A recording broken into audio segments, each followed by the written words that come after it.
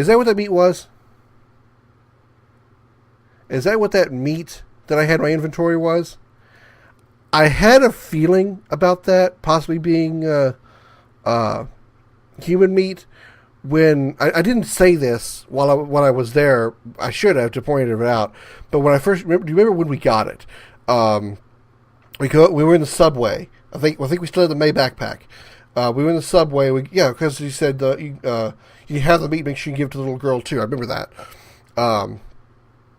There was a guy I think it was a guy and a woman sitting there, and I was suspicious about him because when I first saw the guy, I thought he kind of looked. I didn't say this part, but he looked kind of weird. He reminded me of the ghouls from the Fallout series, or at least from Fallout 4, from what I've played of Fallout 4. They looked kind of like a ghoul to me from Fallout 4. And he said, "Go ahead and have the meat while we've got it," something like that. And then I walked over behind them, and there was that cage with the skeleton in it, and on top of the cage was a huge chunk of meat. And I didn't say this at the time. I saw it and I was kind of like, that's kind of weird. Is this human meat? But I didn't say anything about it, so I just kind of went on with my day. And now that I'm seeing this score down here at the bottom, humanity, you didn't eat human flesh, plus 5%, tells me that meat that I had in my inventory the rest of the game, that I said I wanted to save for a drastic emergency, might have been human flesh after all. And had I eaten it, I probably wouldn't have gotten that credit. They have stolen resources from innocent people. Well, I never did that. Actually, yeah, I did. I did that once. It was the old guy on the boat, and he had there was another group of another water and rat meat he had, and I took that. That was the only thing I took. So my best score was 80. Okay, yeah, that was it. All right. Kind of ends on a sudden cliffhanger there, but okay. And as always, since this is the credits, I guess I'll go over my review of it. I'll start with the gameplay itself. The combat, I'll start with gameplay, then we'll kind of, go into subcategories. The combat was not good, in my opinion. The only time you could use your machete was in QTE moments, and I did not like that. I wish there was a way that if I was out of ammo in my gun and all I had was my bow left, I still could have pulled my machete and stabbed at them just as easily as they were stabbing at me. Because if I tried to challenge one guy to a duel, a machete duel, another guy would come up and stab me, and that would break the duel, and I would lose. So, I kind of wish that the machete had been more useful in combat, other than just QTEs. Essentially, that's what that was. The gunplay, on the other hand, I thought was excellent. It was very good. I like the fact that it was pretty much lock on, pull the trigger, enemy dead. The only exception was the armored guys, which took a little bit more of a precise aim, which was not a big deal. If you kept calm, aimed, you were going to be able to nail those guys no problem. I like that interesting twist on that last armored guy. He had not only did he have body armor, but he also had a helmet, so you couldn't just headshot him and get rid of him. You actually had to aim for his lower body. So that was a nice little sudden twist that I had to think about. So like, okay, well, he's got body armor and head armor. What the hell am I supposed to shoot? I see vulnerable legs. Aim, bang. So I got lucky there. I like the addition of the crossbow. That was actually kind of nice. The fact that it was reusable ammo. I was going to say regenerative. It wasn't regenerative. Reusable ammo. You shot somebody, or maybe if you miss, hit the wall, whatever. You can go and pick up the arrow, which was really, really good. And that helped. The aiming helped both with the gun and with the arrows. I think the only time I actually missed with the arrow was when I was trying to shoot that guy behind the curtain that was raping that woman in the hotel. I was trying to shoot him with the arrow, but I guess I aimed too far to one side, and I ended up hitting the curtain, which is why it alerted him to my presence. So, gunplay and aiming was good. Didn't like the fact I couldn't use the machete the way I wanted.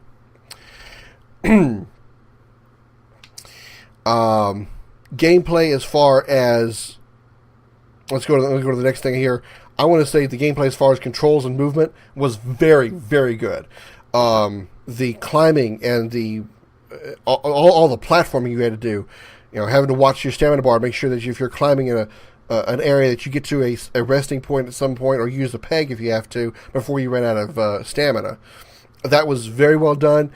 Fairly balanced, I would actually say. There were a few times when I was actually stressing about getting to the next point or getting to some place that I could rest before I lost all my stamina and fell to my death. So I thought very well balanced. And I actually, well, at the time I didn't like it because it was, it was stressful. The stress of that, oh my God, am I going to make it to the next part before I die, is actually a really good way to really immerse yourself in the game. You really feel like, oh God, I got to get this guy to the next point before he dies, or before I run out of stamina and I lose my grip and fall. So that was, I really got my heart pumping a few times during it. So I thought that was very good. Graphics, visually, it wasn't bad considering. I don't think this is actually a AAA game. I think this is actually an indie type game. I don't think this actually was a AAA title. I'm not entirely sure because, like I said before, in the first episode when I first started this, I didn't know that much about the game. See, I thought it was going to be some like a zombie apocalypse. I didn't find a single zombie in this game, so clearly, like I said, I didn't know very much about the game, so I could be wrong. This may be a AAA title. I just don't think it is. It doesn't quite seem like it has the AAA title type development. With that said, the graphics I thought were very good. The details of the characters look very good. And while I will say I didn't like the lack of depth perception, I understand the reason for it. They gave it, I don't know if it was because of the limitation of the engine. If it was the limitation of the engine, that's a very smart way to make it. They use the storyline to say, okay, there's a major dust storm that comes into the area that blocks your vision, so that is why we couldn't make the visuals very clean and crisp and clear and be able to see for miles because of a giant dust storm. So if the reason that was done that way because of limitations of the engine, that was a very smart thing to do. If you were limited on that engine because you could only go so far with your graphics before it started lagging down the game, and your only option was to make it foggy, putting that in the story made it even more immersive, and that was a very good idea. That was a very good plan, very good plot. I know it used the Unreal Engine because it says so in the beginning of the game.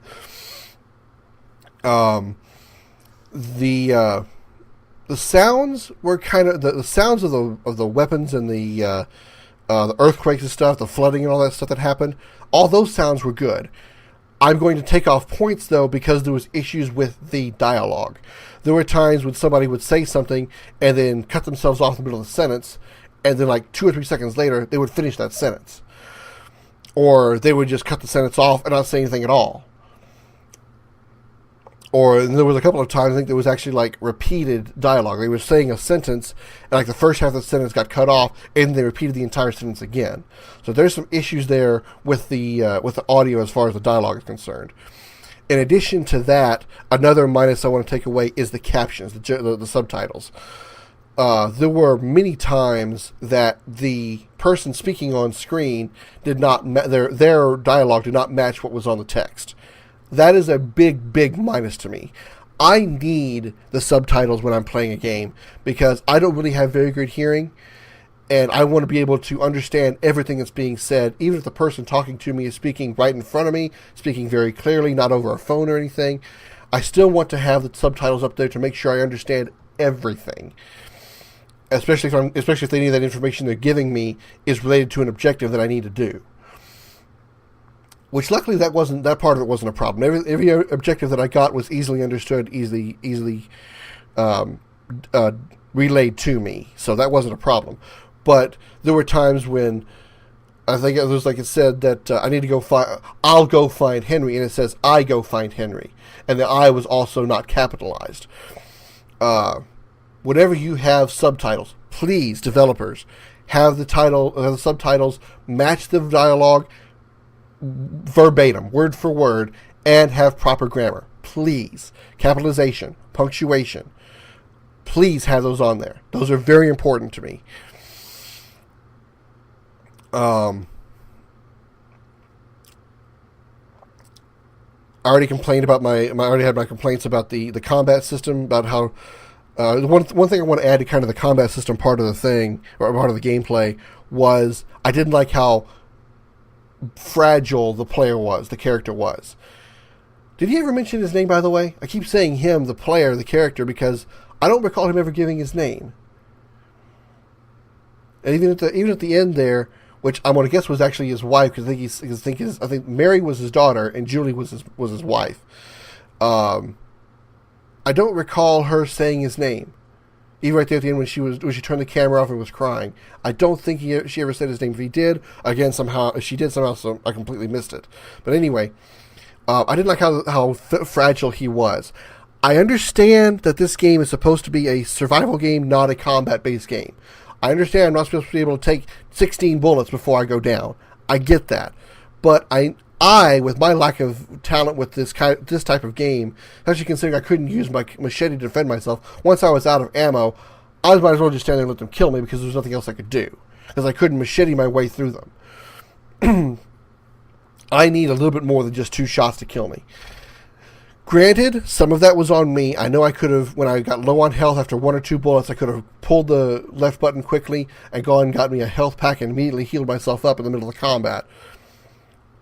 But I don't think that quickly in those situations. I don't think go to a menu screen to heal. I think of heal while in the battle.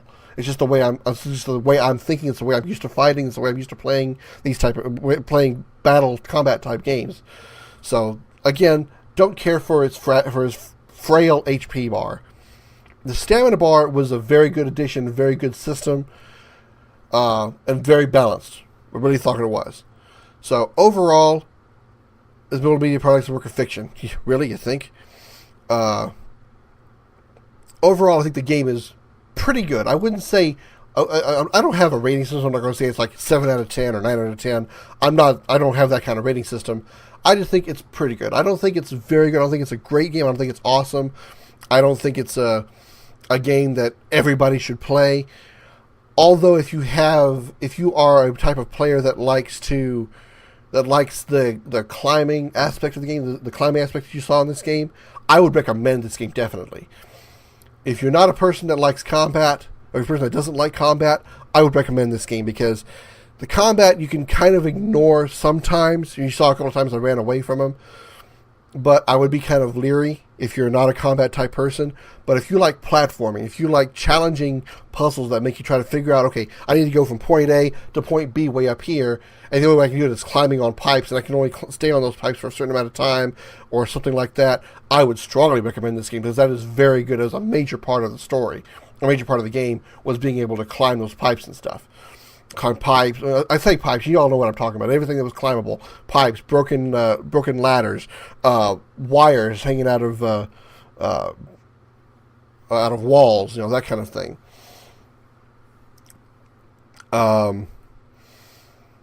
So yeah, that's pretty much all I can really say about it. I would say it's a decent game. It's pretty good. I can't really think of anything else that I really want to say about it. I've mentioned my pluses. I mentioned my minuses. I want to check something here real quick. I had a feeling there's maybe some bonus stuff here. I'm not entirely sure. I want to check it real quick. If there's nothing here, then I'm just going to end the episode. So I'll be right back. If there's anything new, I'll show you. If not, I'll just do my outro. So just 1 second here. Okay, so that's it. That literally is it. I can't load a New Game Plus or anything like that. So I guess as far as storyline goes, I guess I didn't point this out. I didn't rate the storyline or mention the storyline. But what I did of the storyline was actually pretty good. I mean, guy shows up after a year of being on the East Coast and got wounded. Don't really know what that means. I don't know what he was doing on the East Coast that got him wounded. Walked all the way to the West Coast, is from what I understand. He walked all the way here, so that's impressive. And then made his way into a destroyed city to find his family. Okay, well, we never found his family while we were playing. We found May, and we found May's mother, Linda, and we found this guy named Henry. Okay? At the end, we got May and Linda to a boat, but Henry was never found. I don't think I missed anything as far as exploration and maybe taking a side path somewhere and finding Henry during the game. I don't know if I missed something there. I don't think I did. But then the camera turns around at the end of after the boat leaves with May and Linda on it, and the game ends. You see the girl, which we now I can assume is his wife, because if Mary is supposed to be the same age as May, there is no way the woman that we saw watching that tape was actually a little girl, because she was a much older woman. She was actually an adult, at least a teenager, whereas the girl was still very, very young. So I'm going to assume that woman there was his wife, Julie. And apparently, I'm going to... Here's the summation here's the presumption I'm going to make here. Somehow, our protagonist here, after he watched May and Linda leave on the boat, he went on through the city and found Henry, maybe. I'm not sure about that part. That one's going to be up in the air. But somehow found his family. I don't know. Maybe he never found his family in the city. That's right. Here's what I'm going to go with. Maybe he never found his family in the city, but he left this tape at their house. And somehow or another, at least Julie went back to the house and found the tape recorder, the camcorder here, and watched it. And that's how we saw everything that happened when it did. I'm going to guess in the process of finding them, when he delivered, maybe the condition of the city was causing so much problems for his health that they never was able to find them. He left his stuff at their apartment and maybe died somewhere else. Or I don't know. My assumption is he left his stuff somewhere for Julie to find it, which includes the doll that you see here on the screen, that in the pocket of the backpack that May gave to him to give to his daughter Mary. So obviously this stuff got to Julie and Mary somehow, but the fact that Julie is crying makes me think that somehow our protagonist did not survive somehow. So what's up in the air is how the stuff got to him. What I don't think is up in the air is I'm pretty sure the protagonist died. That's all I can pretty much say about it.